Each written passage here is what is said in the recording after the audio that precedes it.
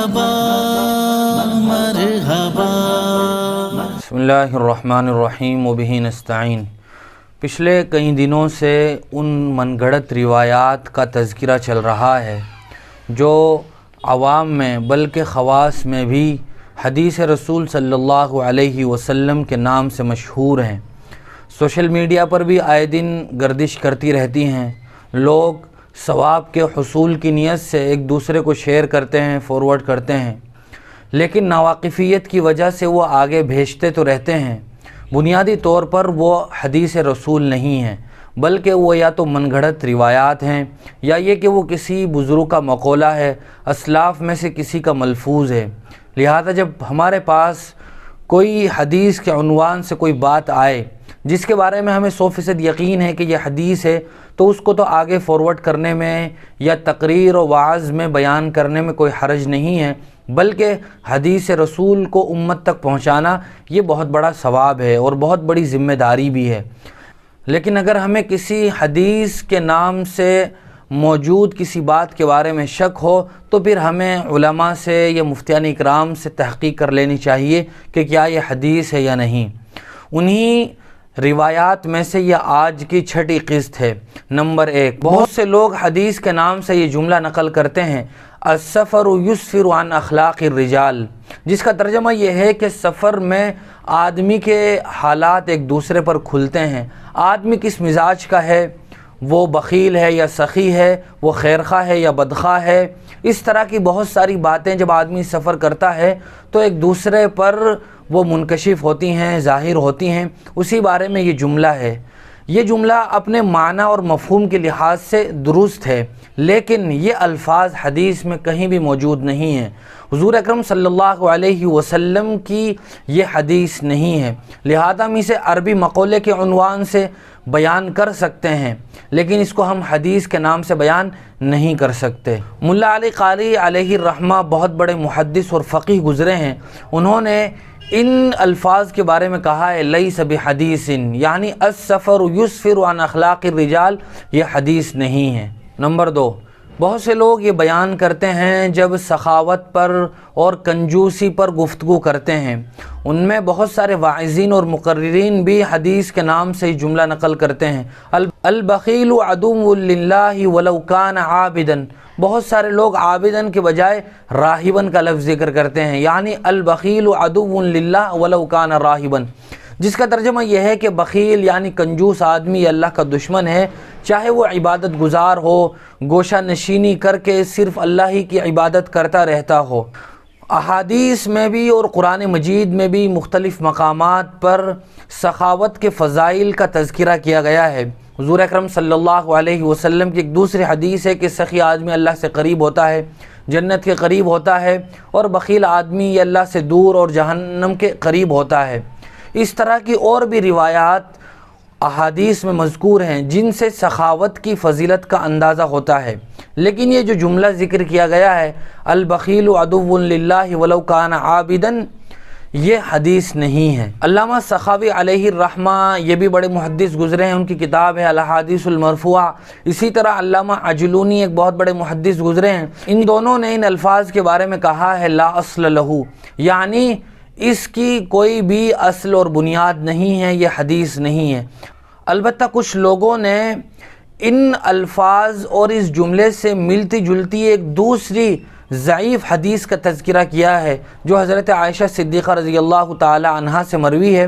وہ فرماتی ہیں السخی الجہول احب الی اللہ من العابد الخلیل، یعنی گنہگار سخی وہ اللہ کے نزدیک بخیل عبادت گزار سے زیادہ پسندیدہ ہے۔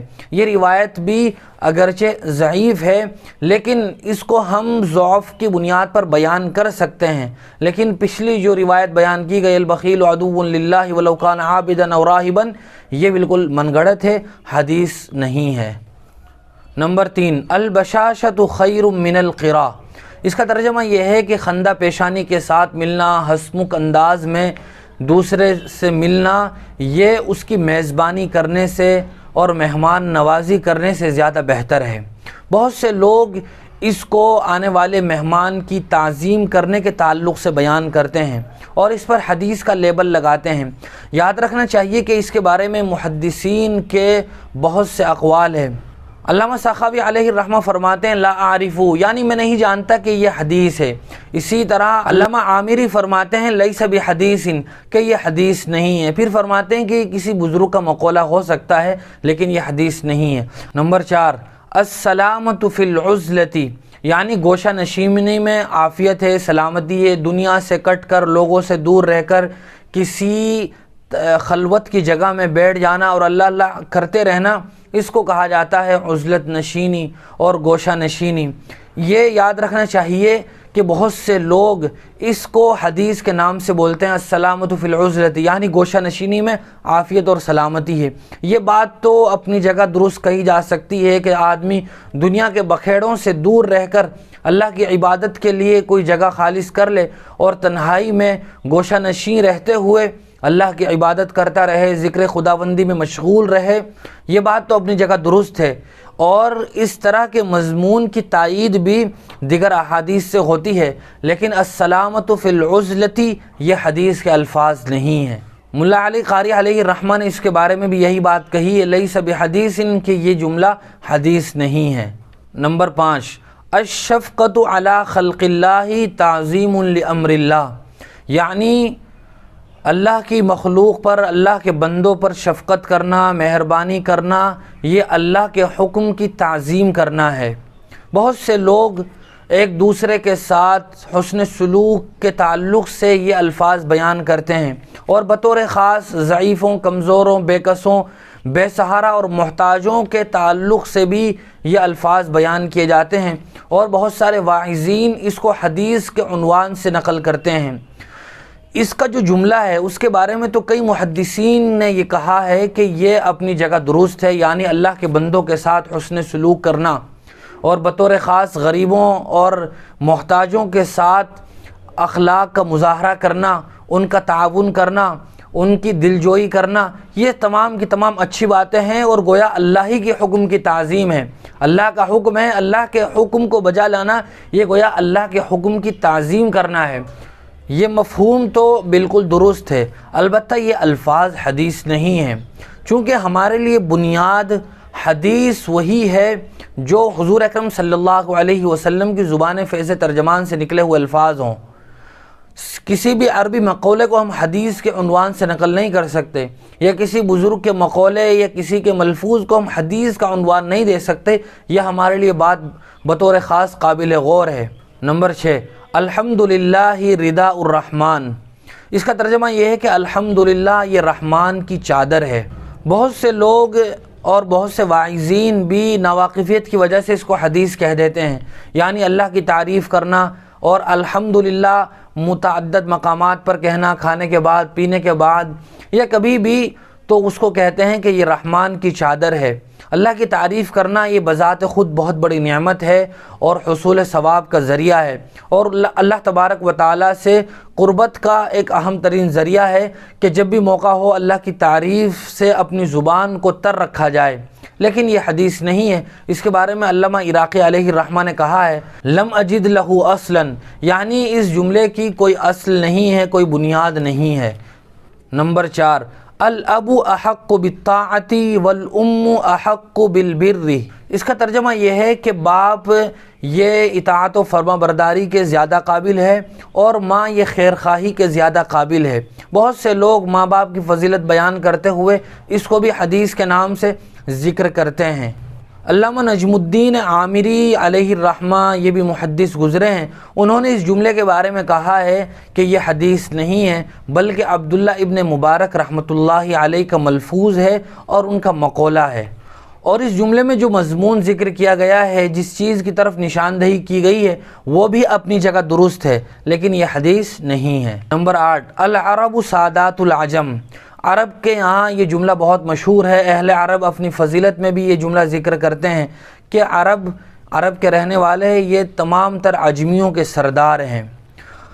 یاد رکھنا چاہیے کہ یہ بات تو اپنی جگہ ثابت ہے، مسلم ہے کہ اہل عرب میں چونکہ اللہ کے رسول صلی اللہ علیہ وسلم آئے ہیں، آپ کی ولادت باسعادت یہ اہل عرب کے معزز اور معظم قبیلہ قریش میں ہوئی ہے، اور قرآن مجید یہ عربی زبان میں نازل ہوا ہے، جنت کی زبان عربی ہے، اس لیے ان تمام تر وجوہات کی بنیاد پر اہل عرب کی فضیلت ہے اور وہ ساری دنیا کے گویا سردار ہیں۔ اسی لیے ملا علی قاری علیہ الرحمہ نے اس کے بارے میں ارشاد فرمایا ہے، لیس لہ اصل ومعناہ صحیح، کہ یہ حدیث تو نہیں ہے، البتہ اس کا جو مفہوم ہے، جو معنی ہے وہ درست ہے، لیکن یاد رکھنا چاہیے کہ اہل عرب اسی وقت باعث فضیلت ہیں جب کہ ان کے اندر قرآن و حدیث کی اتباع بھی موجود ہو، ان کے اندر صحیح معنی میں عشق رسول موجود ہو، عربی زبان سے والہانہ لگاؤ اور تعلق ہو، اسی وقت وہ ساری دنیا کے سردار بھی ہیں اور ان کی فضیلت بھی ہے۔